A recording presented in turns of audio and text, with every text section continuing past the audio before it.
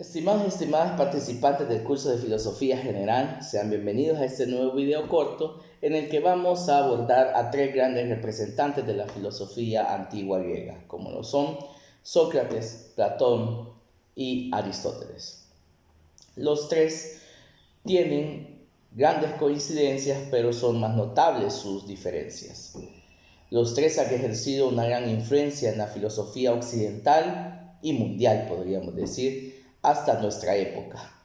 Los tres comparten una cercanía cronológica, viven entre el siglo V, siglo IV antes de nuestra era.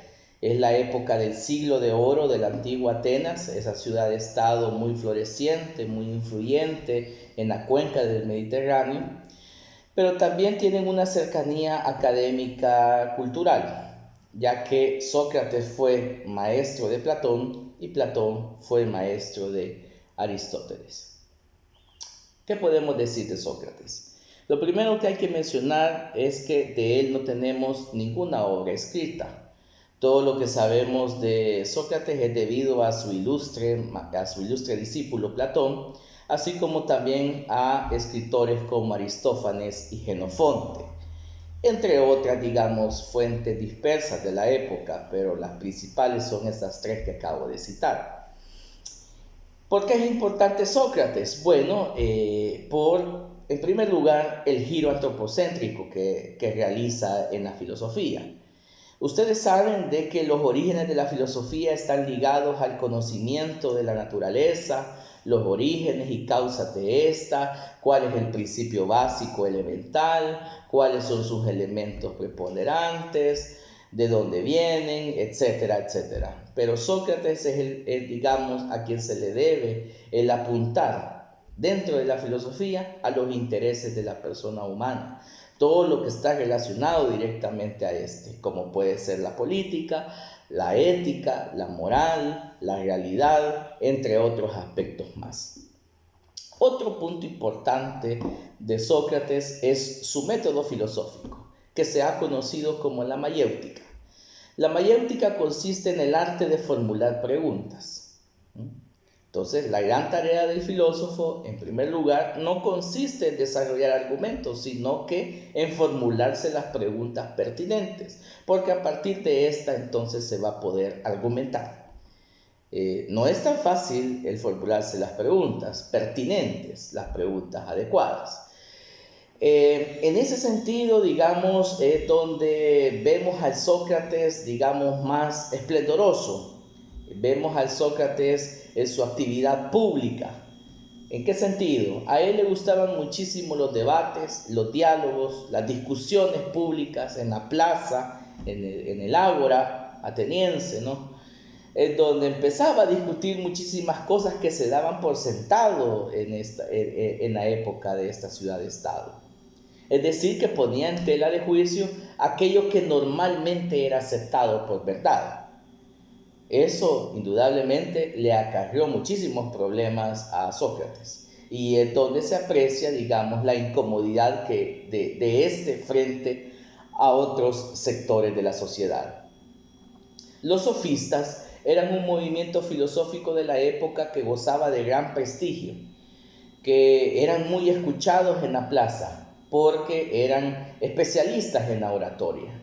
Hablaban muy bien, tenían un buen aspecto físico, las personas gustaban de escuchar los discursos de estos filósofos. Pero ahí aparece Sócrates, que muchos de estos discursos no tenían sustento real, más bien eran una manipulación de la realidad. Entonces Sócrates, con su método mayéutico, empieza a formular las preguntas públicas a los sofistas, y estos indudablemente quedaron desnudados frente a la sociedad. Es decir, Sócrates también, así como los sofistas eran muy dados a hablar en público, Sócrates no se quedaba atrás. Sócrates también sabía hablar en público, y Sócrates también empezó a gozar de mucha popularidad en la antigua Atenas. Un grupo de estos sofistas estaba muy ligado al poder, y entonces acusaron a Sócrates de impiedad, de faltarle respeto a los dioses, y de infundir ideas peligrosas a la juventud ateniense. Esos fueron los principales cargos que se le imputaron. A Sócrates lo arrestaron y fue juzgado públicamente en un juicio que, sin temor a equivocarme, ya tenía los dados cargados, en el que al final del camino Sócrates fue condenado, pero hay que mencionar, Platón en la Apología del Juicio de Sócrates que escribe, da cuenta del importante discurso que dio Sócrates en defensa no solo de su vida, sino que de su filosofía. La filosofía ligada a la persona humana y ligada a los intereses de la ciudad, a los intereses legítimos de la ciudad. Sócrates descarta que él sea una persona sin piedad, todo lo contrario, él ama su ciudad y por lo tanto él tiene una devoción sana hacia las principales divinidades de la ciudad. Lo que no comparte es la manipulación malintencionada de ciertos grupos políticos y de los sofistas frente a la población. Tampoco es que enseñara ideas peligrosas, porque toda la enseñanza de Sócrates era pública, era oral, entonces no había nada escondido.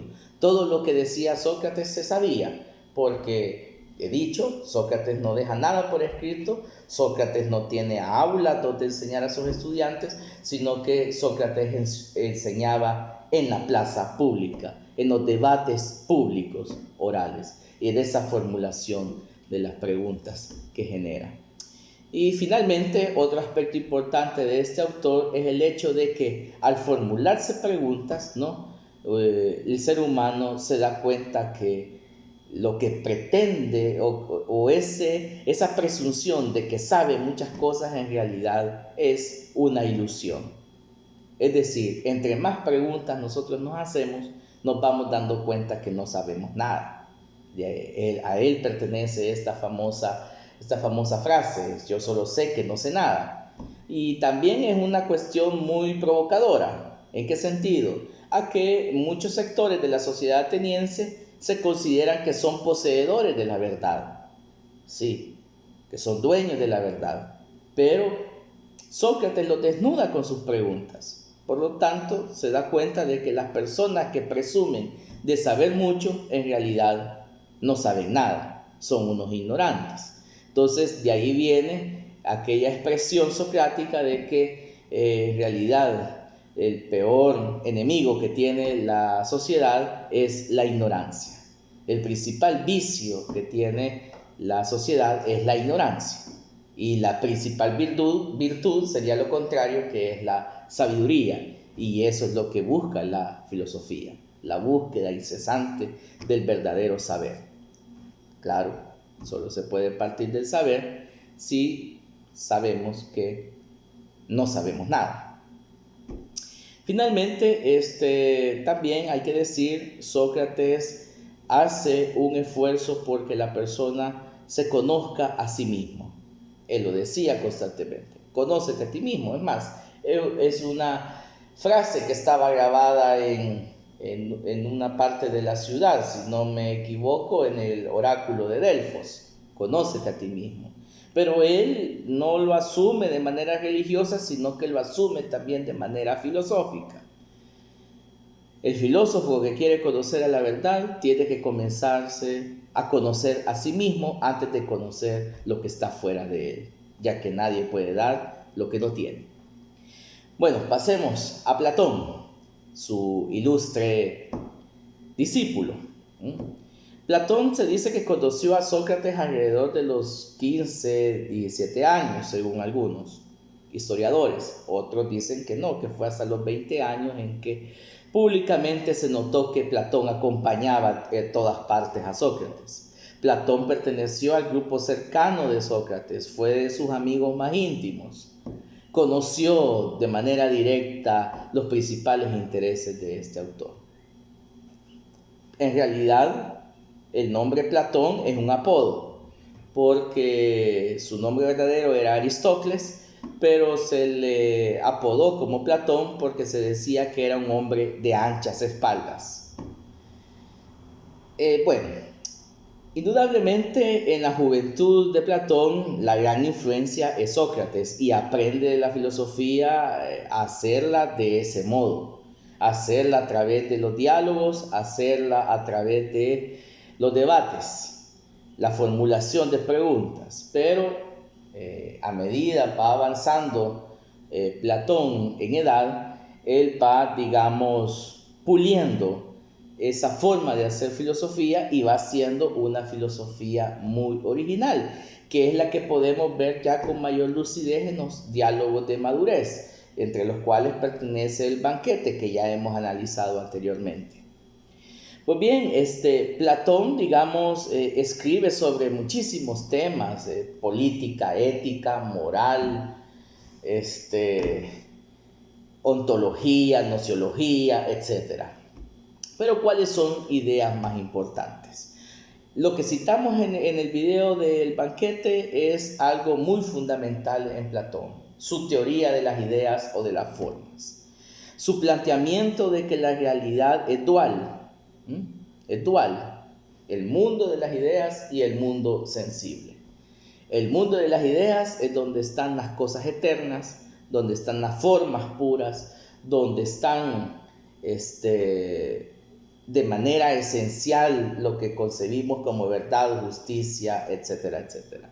Y el mundo sensible es nuestro mundo corpóreo, nuestro mundo material, lo que nosotros percibimos a través de los sentidos.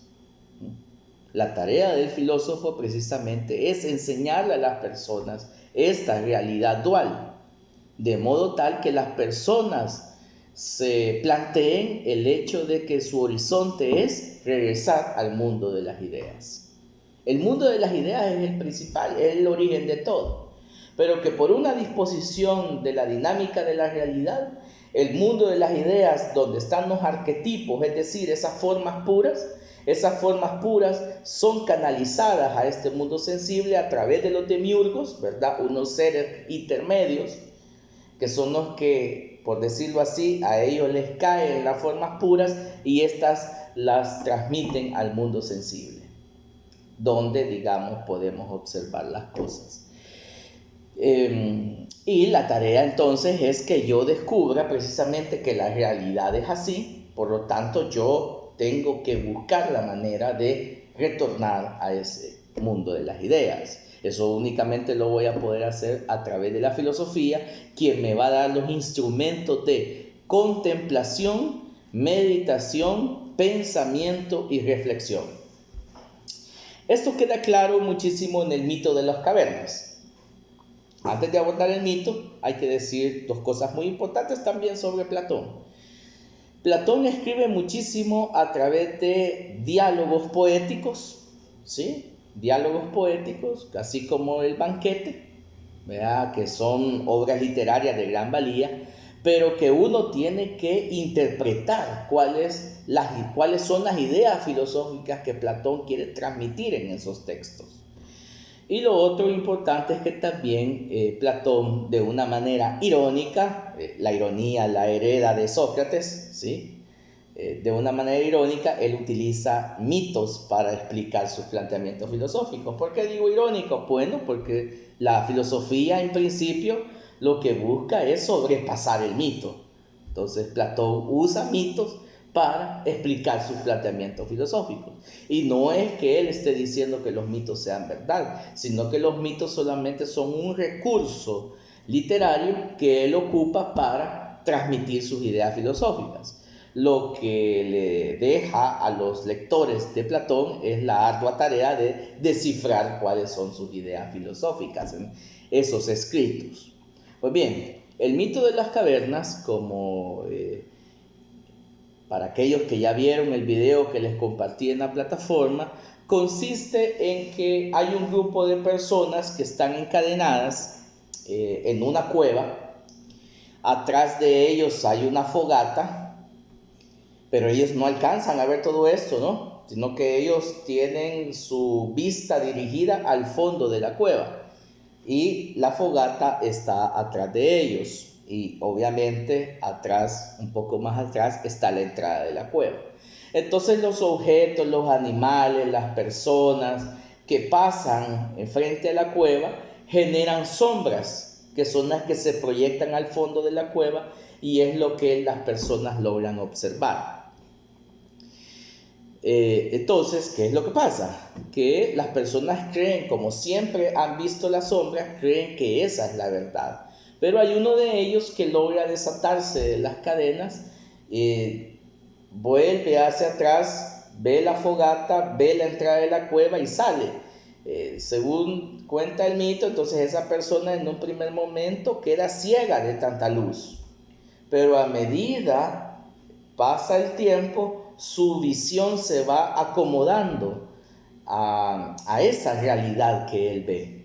Entonces empieza a ver las formas verdaderas, empieza a ver los árboles, empieza a ver los animales, empieza a ver los objetos, y entonces él se percata de que lo que ha visto durante toda su vida son meras sombras de esos objetos reales. En palabras sencillas, las sombras son la analogía de nuestro mundo sensible. Nosotros solamente vemos sombras, solo vemos apariencias. Y lo que está fuera de la cueva, lo que se ve con la luz solar, lo que esa persona que se liberó de las cadenas, lo que vio esa persona que se liberó de las cadenas es la verdad, y eso, digamos, es el mundo de las ideas. Ahora, después vemos cómo esa persona que descubre eso va donde sus colegas que están encadenados y les cuenta cuál es la verdad de las cosas. Esa es la tarea del filósofo, que ya descubrió en qué consiste la realidad dual, y entonces quiere que las demás personas también conozcan lo que él ha contemplado. Entonces hay muchos, la mayoría, según el mito de las cadenas, no creyó en el filósofo, no creyó en la persona que le empezó a decir, miren, esto hay fuera de la caverna, que no sé qué, y le dicen, no, esas son mentiras, las verdades son las sombras que tenemos enfrente. Pues bien, pese a esas frustraciones que puede pasar el filósofo, digamos, esa es su ardua tarea. Eso de más lo sabe Platón, porque vio a su maestro, digamos, ser condenado a muerte precisamente por el hecho de filosofar. Bueno, hay muchas cosas más que podríamos hablar de Platón. Tal vez solo cito una más, que es la cuestión política, que tiene que ver mucho con esto que acabo de mencionar. La política es importante porque es a través del ejercicio del gobierno donde se puede educar a las personas y donde se les puede enseñar precisamente cuál es la verdad de esta realidad dual. La política se convierte, digamos, en una principal atracción para Platón para convertir sus planteamientos en realidad. Ahora bien, hay que decirlo, Platón no era muy enamorado de la democracia, todo lo contrario, para él la aristocracia es la mejor forma de gobierno y la democracia es la peor forma de gobierno. Tiene que ver mucho con sus orígenes también. Platón viene de una familia aristocrática y para él, digamos, el hecho de que gobiernen pocas personas es muchísimo más práctico que se diga que gobierna el pueblo. Además, porque el pueblo no está educado. En ese sentido también Platón en algún momento formula el hecho de que los mejores gobernantes tienen que ser los filósofos, porque los filósofos son los que conocen la verdad. Es más, digamos que en realidad Platón parte del hecho de que los filósofos tienen que estar cerca de los gobiernos para asesorarlos, para ilustrarlos y para contarles las cosas. Ahora bien, si se dan las cosas de que el filósofo sea el que gobierne, pues será muchísimo mejor. Platón dice que también cada quien tiene que desarrollar sus tareas. Él parte de una división social del trabajo. Los filósofos tienen que hacer sus tareas, los políticos la suya, los militares la suya, los obreros artesanos la suya, etcétera, etcétera, etcétera. Claro, el filósofo puede llegar a ser un buen político, según él. Pues bien, hay muchísimas cosas más que podría decir sobre Platón, pero ya el tiempo se me acorta y necesitamos abordar también a Aristóteles. Aristóteles fue discípulo de Platón, que no mencioné. Platón funda la academia, ¿verdad? Que era una escuela donde él enseñaba filosofía. Ahí, digamos, uno de sus estudiantes fue Aristóteles. Es más, o sea, Aristóteles pasó 20 años en la Academia de Platón. Aristóteles también viene de una familia más o menos acomodada. Su papá fue un médico de la corte del rey de Macedonia y que pues muy joven vio morir Aristóteles a su padre. El tutor que quedó a su cargo envió a Aristóteles a la Academia de Platón a estudiar y ahí pasa, como he mencionado, 20 años de su vida. Luego Aristóteles viaja, tiene una serie de viajes entre los cuales podemos citar quizás el más relevante, el hecho de que le tocó tutorear o ser el maestro de Alejandro, el hijo del rey de Macedonia, Filipo, y que después posteriormente fue rey de Macedonia, el más grande quizás rey de Macedonia de la época, es el Alejandro Magno que nosotros conocemos en la historia. Pues digamos, Aristóteles fue uno de sus tutores durante su adolescencia. Pero bien, hablemos de la filosofía aristotélica. Bien, al ser discípulo de Platón, digamos, el primer acercamiento a la filosofía es a través de los planteamientos filosóficos de su maestro. Pero una vez corta con eso, porque hay dos cosas con las cuales él no se siente como muy cómodo. En primer lugar, no se siente cómodo con ese planteamiento dualista, del dualismo del mundo de las ideas y el mundo sensible. Para Aristóteles solamente hay un mundo, que es el mundo material en el que nosotros vivimos. Ahora, ese mundo, digamos, sí plantea él la existencia de dos elementos, que es lo que se le denomina su ilemorfismo, que consiste en que las cosas están hechas en materia y forma. Por ejemplo, la persona humana, mi materia es el cuerpo, mi organismo, y mi forma es el alma. Otra cosa con la que no se siente muy cómodo Aristóteles es en el hecho de, digamos, pensar en las ideas abstractas cuando en realidad la observación directa de la realidad me lleva a pensar de otra manera. Me explico. Si para Platón existe un arquetipo ideal en el mundo de las ideas del caballo, que luego viene y se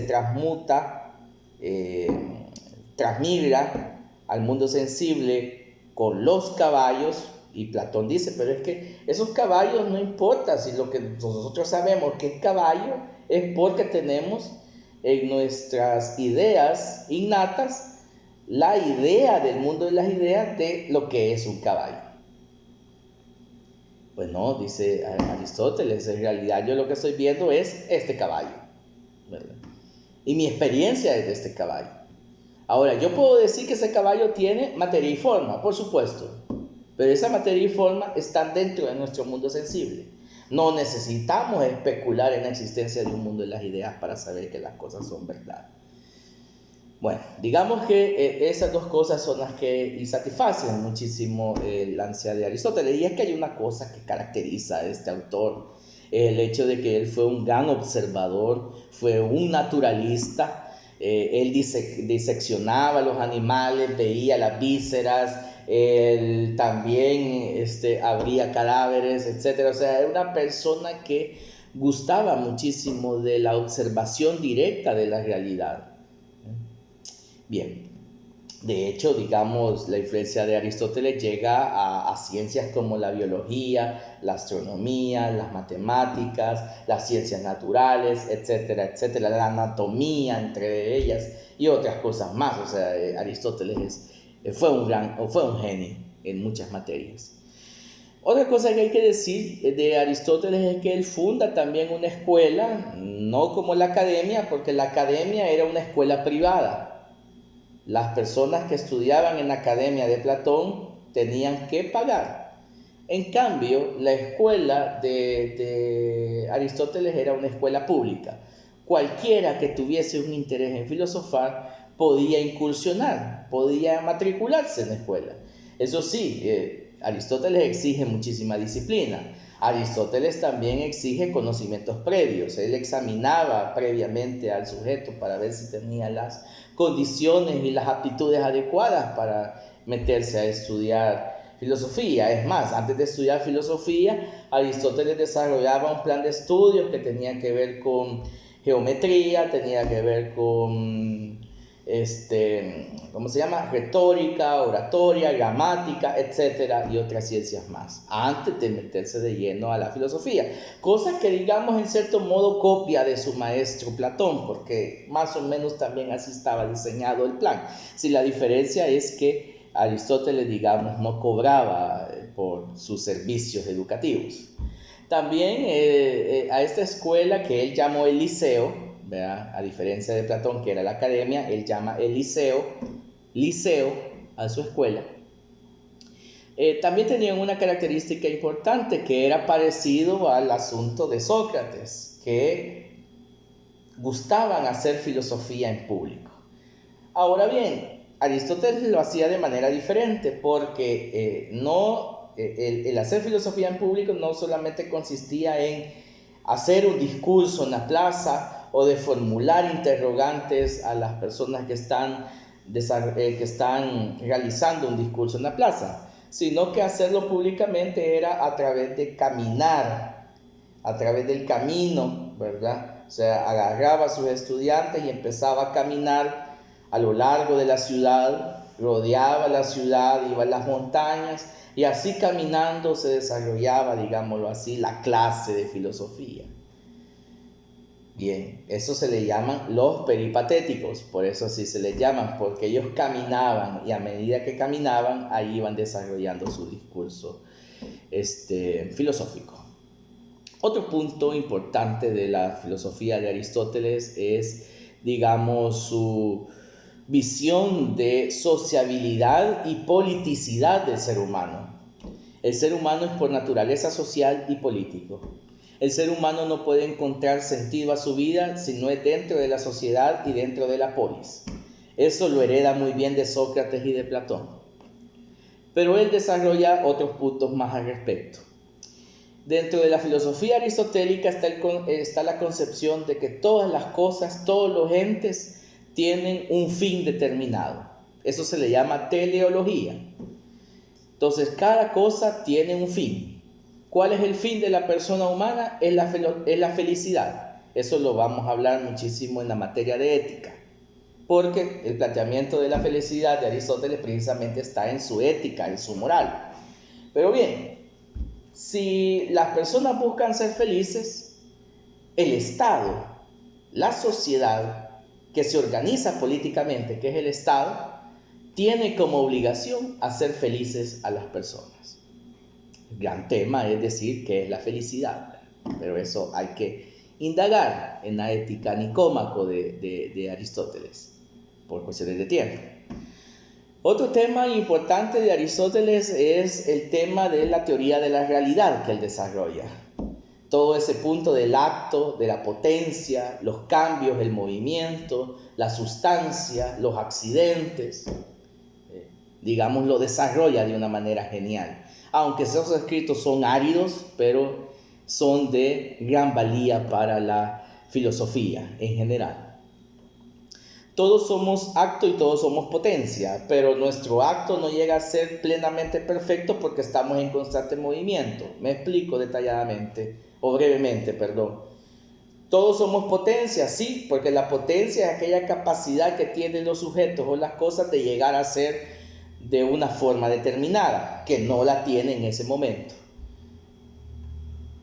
Cuando la potencia deja de ser tal, se convierte en acto, pero ese acto no llega a ser plenamente perfecto y se convierte a su vez en una potencia que luego se convierte en acto. Esa es la teoría del movimiento. Y todos estamos en un constante movimiento, constante cambio, cosa que contradecía a su maestro Platón, porque él tenía la concepción de que las verdaderas ideas eran inmutables, imperecederas, pero no. Aristóteles dice que todo cambia, todo fluye, todo está en movimiento.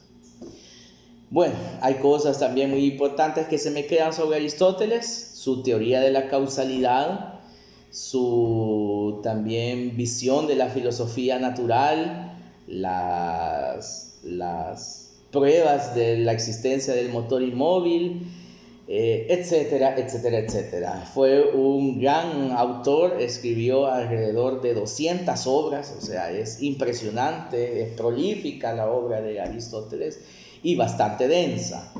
También hay importantes menciones en la lógica, en el estudio de la lógica, el estudio del pensamiento, la organización de la argumentación. Aristóteles en eso fue maestro. Pero bueno, lo dejo hasta aquí. Espero que este video les haya servido muchísimo para sintetizar, digamos, las principales ideas de estos tres grandes filósofos que, como he mencionado, han ejercido una gran influencia en la filosofía occidental hasta nuestra época.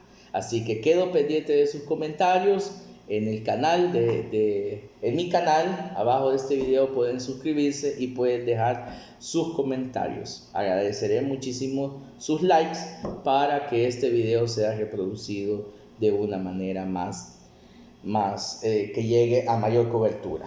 Les agradezco mucho y estamos pendientes con el último video de este periodo, en donde voy a tratar de sintetizar los principales aportes de la filosofía griega a la humanidad. Gracias.